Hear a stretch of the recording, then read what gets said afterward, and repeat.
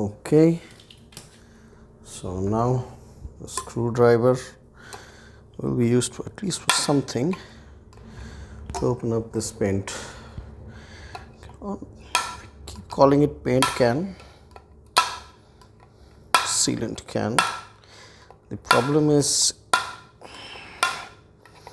once open, this dries up very quickly, so I have to be very quick about it. In fact, not a lot of shops, at least the place where I live, actually stocks this up, because most of the people either don't prefer this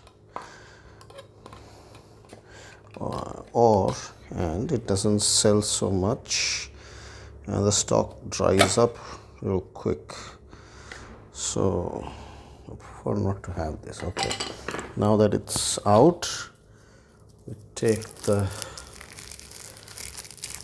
paint brush. Oh yeah, okay, and we start quickly applying this, especially over here, so that this soaks up. The first coat is always for the wood to soak it up. I have to be real quick about this.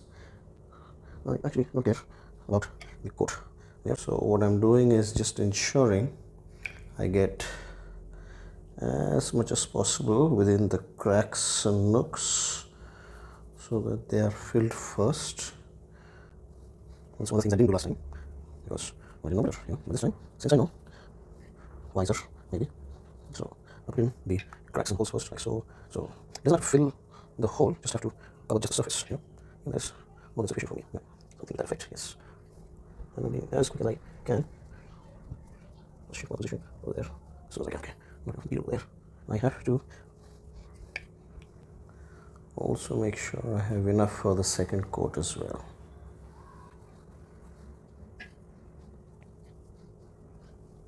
The sides too. Oh, okay. I don't want to go in that deep. Fine.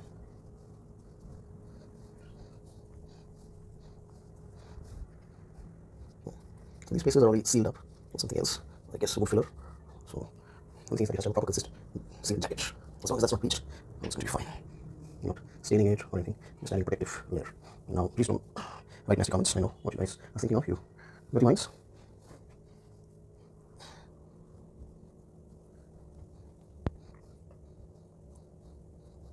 This crevice and hole filling needs to be done just once, just for the first coat. See, for the second coat, don't need to worry, because you're assuming that is already done. Yeah.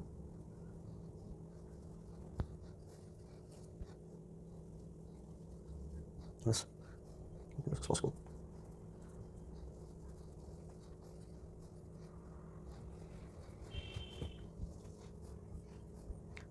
I think you get the picture. So what I'll do is I'll just time lapse this thing.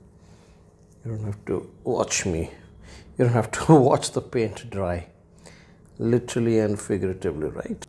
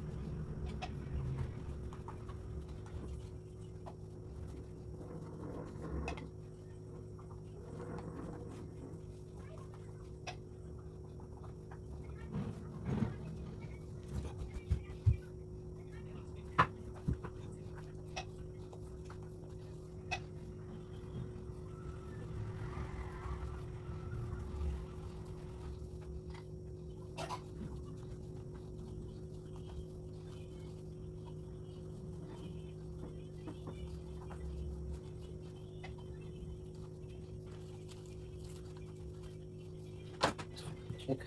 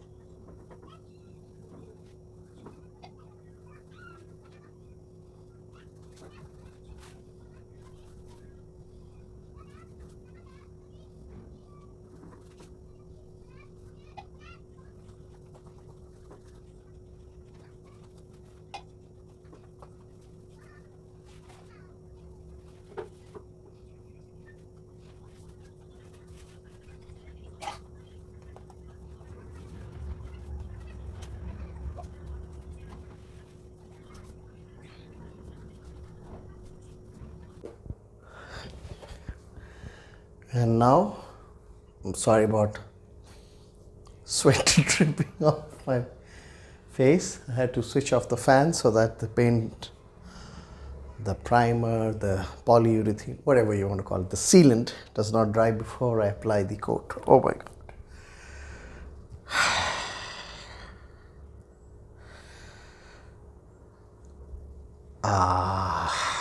Okay, I really need to switch on the fan, but before I do, I just wanted to tell you that I've covered almost the entire portion. I'm just looking it at a different angle of lights to see if there's any area that I have not covered. Looks like it's a slight uneven coat, doesn't matter, I'm not looking for perfection. Most of the thing will be soaked in, by the board, and that's what I want at the outset. And now you can see the color that the pine wood has actually taken. As I said, this is not exactly a clear coat kind of thing. It has a wooden brownish tinge, and now that it's done, you can see how the pine board looks like. This is exactly the color that I have with the other table as well. So that being said, the instruction on the Woodkeeper 1 KPU says it has to be left for at least 12 hours, at least for the first coat, to completely dry. It's just about 12 o'clock in the night right now as I am shooting this, so I'll tackle this early in the morning, rather not early in the morning, I'll tackle with this in the afternoon tomorrow. By then it should be around exactly 12 hours. Then I'll see if there's any imperfection, but at least I got the holes covered up, so that's good.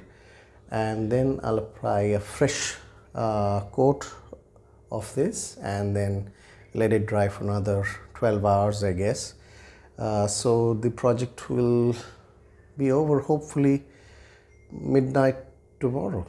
So yeah, I'll catch you up with the next segment after this dries up and show you what's the progress after applying the second coat. See you. Hello again, it's the next day today, and I left the board to dry for little over 12 hours. We finished coating it around 12:30, and now today it's the afternoon 1 o'clock. So today I'm going to apply another set of coat of the sealant, and as you can see the brush is already hardened.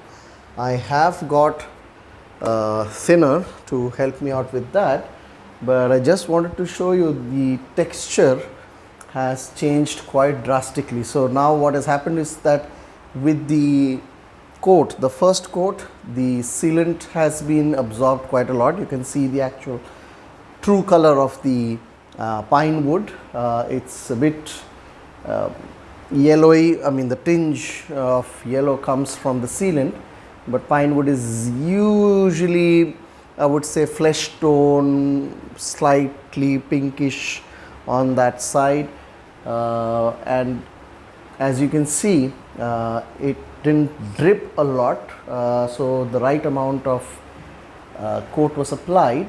Now what has happened with this is now the surface has got a bit coarse. It's no longer as polished or as smooth as it was when I actually got it. So with the paint coat or the sealant coat, I'm not sure what has happened, but there is some reaction that usually occurs. Either it could be the brush strokes irregularity, because it's at the end of the day it's quite viscous. So either it could be the brush strokes that makes it a bit coarse, or it could be the grains of the wood opening up. I don't know, I'm not an expert on that, but I believe that with the second coat it not only helps smooth out all of those irregularities to a good extent, but it also applies that double layer of protection if in case you have missed any. So the first coat is to ensure that most of that is absorbed by the wood and it has a thin layer. You can go ahead and use it, but I rather recommend you apply a second coat. Plus we have half of the tin still remaining, so I rather use that and use it the second coat. So onto that I will pour portion of this thinner over here. These are again local brand, not the best, but gets the job done, especially for this kind of work. And I've seen that usually with this I do need thinner, so let me just try to pry this top up. Okay, come on.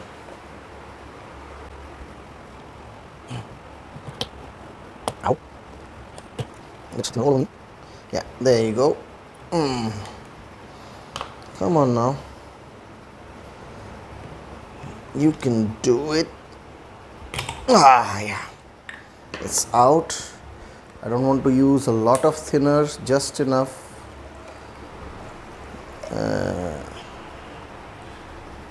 So that I can dip my brush and get it pliable once again. Okay, there you go. You can see that it's already started to work. I want to get it in there nice, and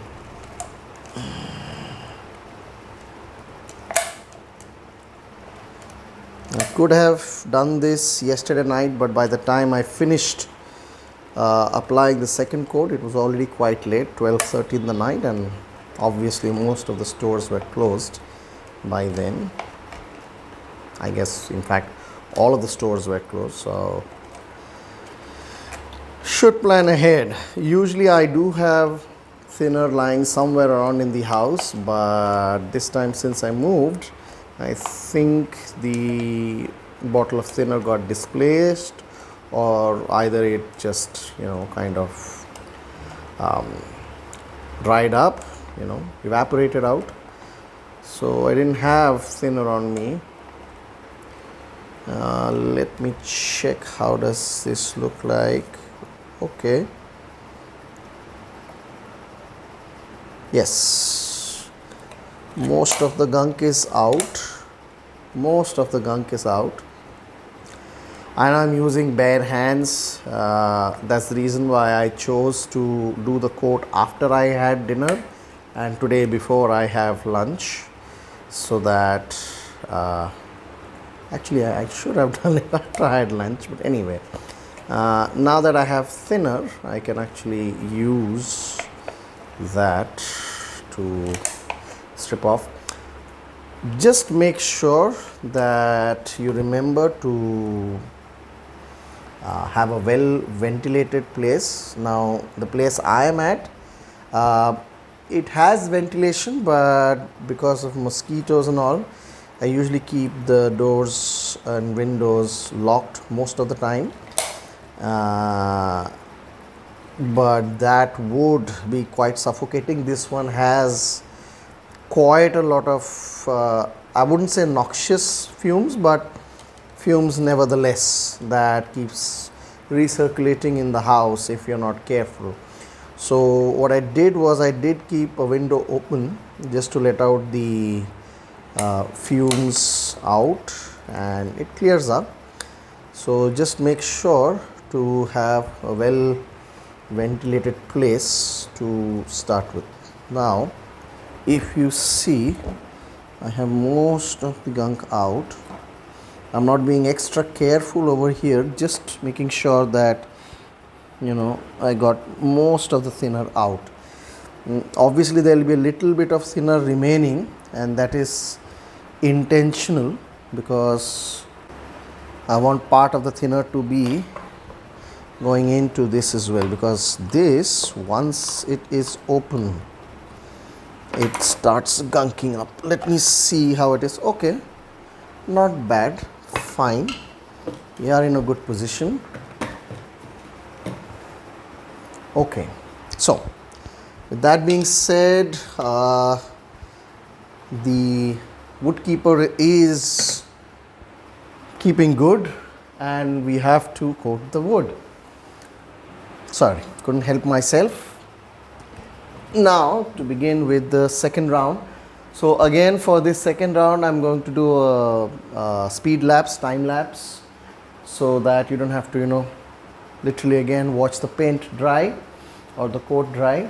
So I'm going to apply the back first, as I did yesterday. So while the back starts drying up a bit, I'm going to again lay it again, just doing the same exact steps that I did for the last coat.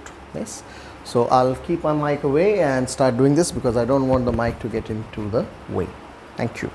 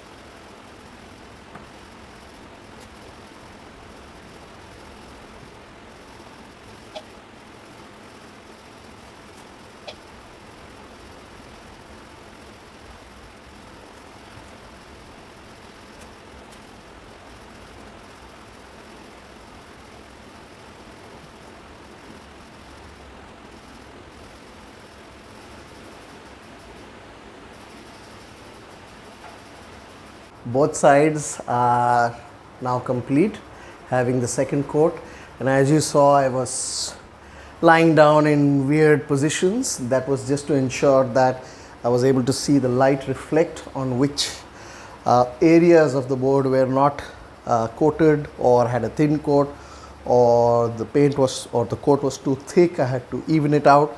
So I had to, rely on my eyes to just, eyeball it and see where I had to just touch it up a bit.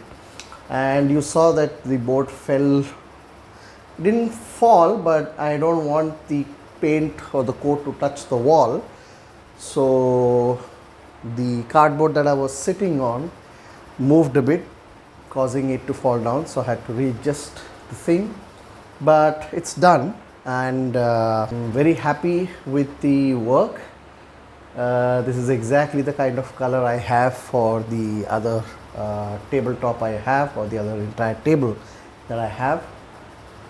So it's probably a little over 1 o'clock right now, 1:30 perhaps, and I'll have to leave this.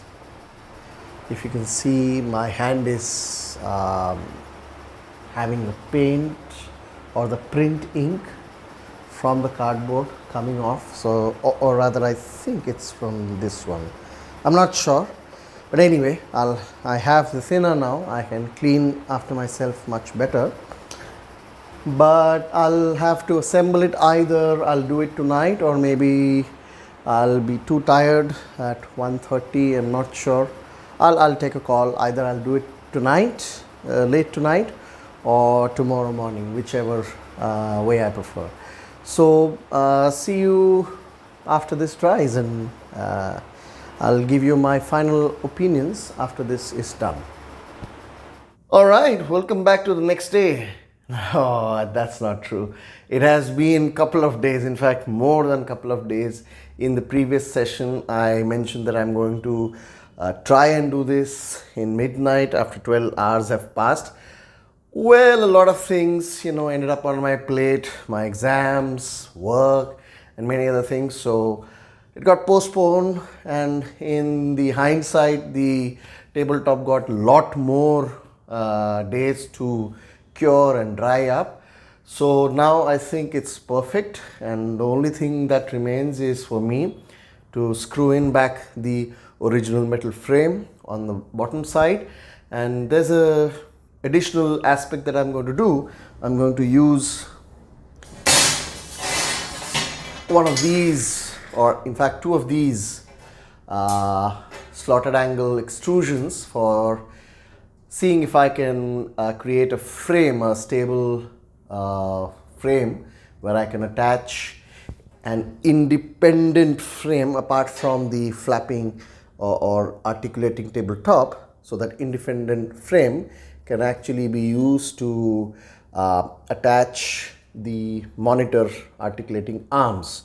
So I need the monitor articulating arms to be on a separate stabilized stand, slightly obviously clearing away from the tabletop's articulating angle, and that's why I'm going to use this. So I'm going to do that in a time lapse, so see you in a bit.